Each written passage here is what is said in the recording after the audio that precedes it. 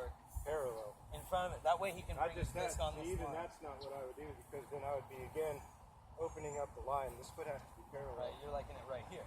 All the way parallel. Okay. That's what keeps the timing and the release point accurate for me, is that the whole point of doing this is that I'm creating a line and I'm following the line on my reach back to the timing of my release point, which is in front of me. The parallel that we're trying to achieve is not the parallel of our body.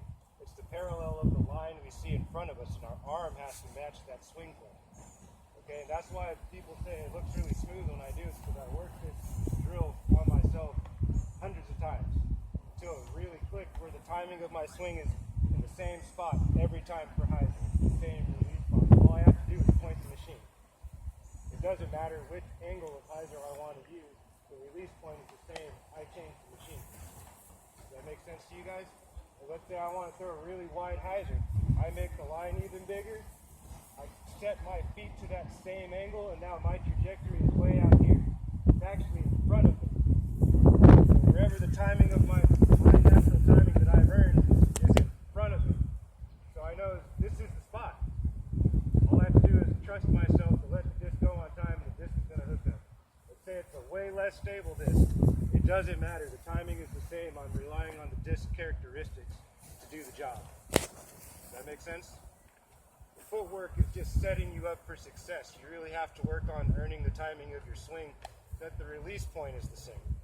So just going back just a second to the beginning, let's talk about this body position thing, because this is huge. A lot of people make this mistake and they don't understand you're leading yourself by not getting your body in the right spot. So let's just start from the beginning with hyzer. One of the most important things to think about is shoulders over toes, because this is going to help you with the pulley system. If you're standing really vertical, you're probably going to put your arm up here, and technically this is hyzer position. This is a flat position, or even turnover position. That's why a lot of people grip lock and throw the disc to the right. Well, it's hard to throw a hyzer when you're flat here, because what will happen is there's a lag in this muscle. You ever feel this muscle, like feeling overworked after a day of golf? You know, everybody has worked their form to, you know, we're all trying to get better every day. One thing I noticed, I love this. The shoulders over the feet, this leaning forward, this helps open this up and make it nice and easy to be able to release the hyzer. Now if I'm up here flat, trying to throw a hyzer, to get the disc on the angle of the hyzer, I'm having to put stress right here. If I lean over, kind of naturally let it swing. Up here, I have to kind of move it. Down here, and I do the same thing. Leaning back just a little bit. Coming over the line. Over and around the line, yes. Correct. So, back to the beginning of the hyzer, right? We're going to get our body position and a little bit of a shoulder over toes, right? The idea is to actually reach away from your body and not to reach around straight. The body is The parallel isn't so sharp into your body, or you lose your range of motion. Okay, so even though the disc is going to be moving close to your body as you're turning, like you'll see when a lot of us, if you watch this in slow-mo, looks like the disc is coming right in tight here, but our body is turned and is open to our target at that point. We're not square and then pulling the disc in like this. Does that make sense? Okay, I see that all the time with people that they think they're throwing a hyzer and their body's all crunched up in this position, and they never turn their hips to the trajectory line. Think about it like a golf swing or a baseball swing. If your hips don't turn around, then who knows where the ball is going to go. If you just stay here, you're not actually completing the shot. Okay? All right, so we got this kind of shoulder over toes position. We're going to reach away from our body, and the idea is to turn our hips and let the arm follow. Okay, because it's a pulley system. You don't want your arm to lead the way, because then all of your weight's forward and you wasted everything. Okay, the point is to turn everything in unison and then pull the disc, because that's what hyzer is. It's a pull. example. Pull. So notice how I'm locked up in there. I'm like flat. Notice how I'm coming over. This moves. Coming flat, you're pushing forward with the arm. Down here. Let the hips start the turning process, okay? Think about it like one of those old He-Man toys when you can turn them, you hold the leg, and just let go and it spins around. That's basically what you want to feel like in the hips. I mean, I know some of us, we're all at different points in our lives physically. That's the concept. I'm not saying we're all going to be like elastic hips and snapping all over the place, but the more that concept you can incorporate into, I'm going to let my hips lead the turn. Once that right foot hits, you're pulling the disc through the zone, right? So the whole idea for the hyzer swing is that we all have a power zone. All of us, our power zone's right around our belly button, somewhere between your belt buckle and your that's just like a baseball swing. It's all in the same tennis. It doesn't matter Maybe what on the sport hip you play. here. It's all in that same core area. I usually think it's right Okay. around here, right around that left, or depending on your left Right, or that's right. what I'm saying. You're pulling off that left right hip. in there. That's where the beginning of the power zone starts. Doesn't matter who you talk to, it's going to come out the same way. It All really right? doesn't matter how far you bring it back.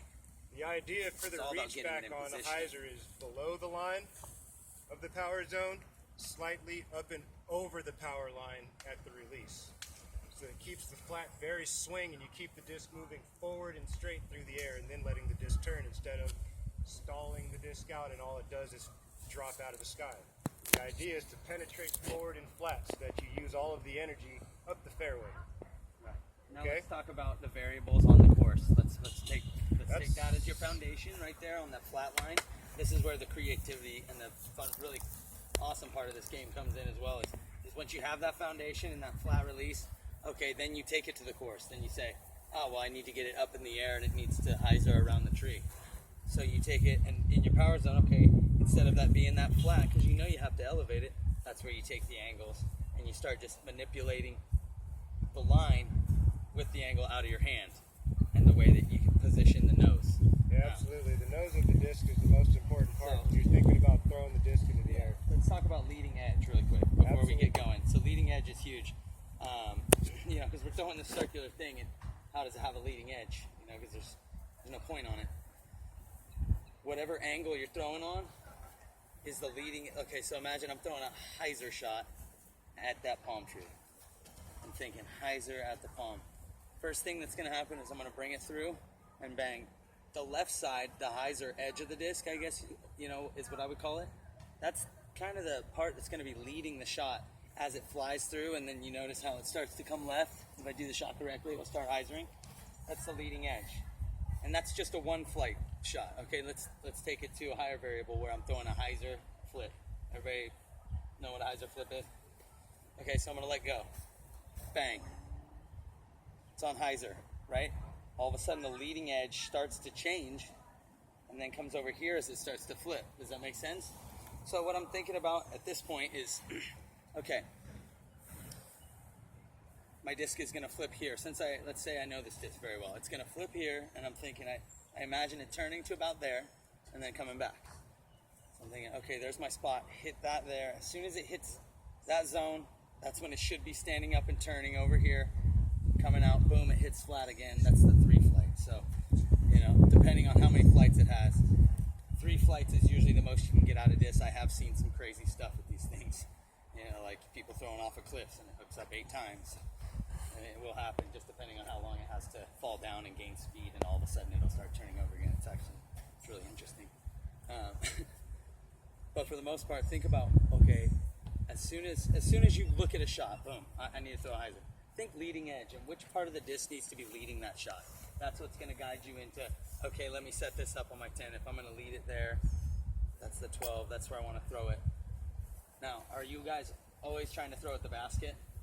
Because there's one thing I know for sure is that if you throw where you want to, it might not be the basket. Throw where you want your route to be.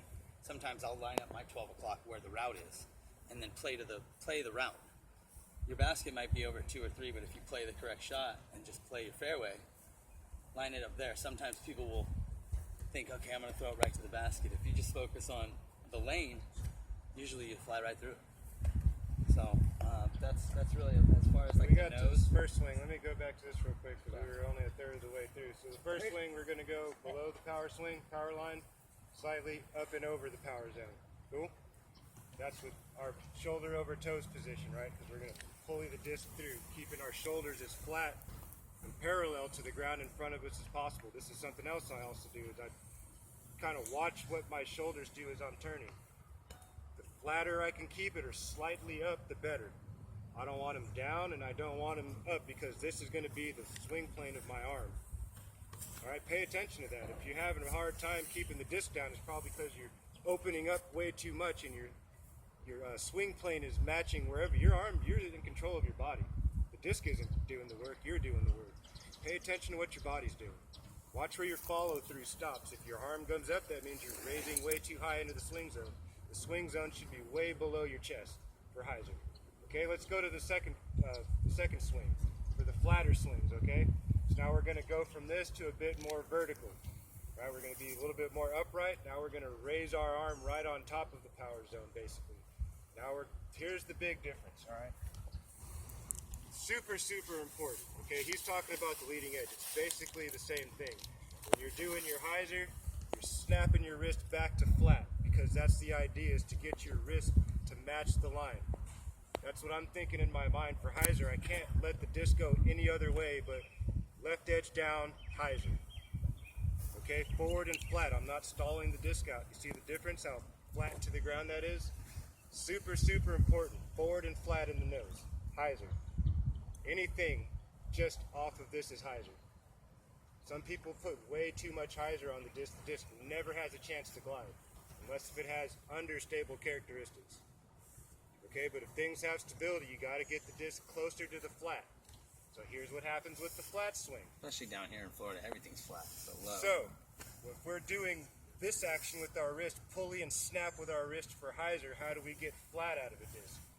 All right, so now we're going to bring our arm right on top of that power zone. We're going to turn our hips first again, but here's what happens different at the end is now we're throwing our wrist over the nose of the disc for flat. Right. Does that make sense to you guys? Instead of pulling the disc for hyzer, now what actually happens is the wrist is going to snap over the top edge of the disc. Slow this down one time. I just want to break this down. Okay, so slow here. Now notice how the disc is just it's just maybe a touch down here, and maybe looks a little bit hyzer. And as it comes through, it snaps. Look, boom.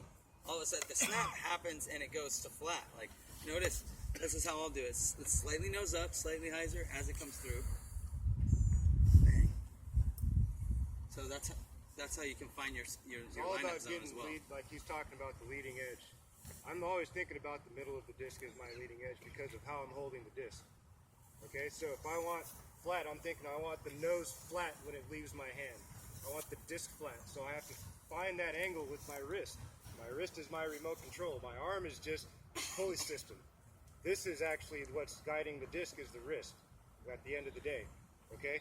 So I have to keep my wrist, again, I'm still trying to pop my wrist back to flat, but the idea is that when I get there, I have the angle for flat in the nose of the disc. Notice how his wrist isn't rolling over as he's coming in. And I'm not doing pops this. flat. Now this is Anheuser. Notice how it doesn't turn.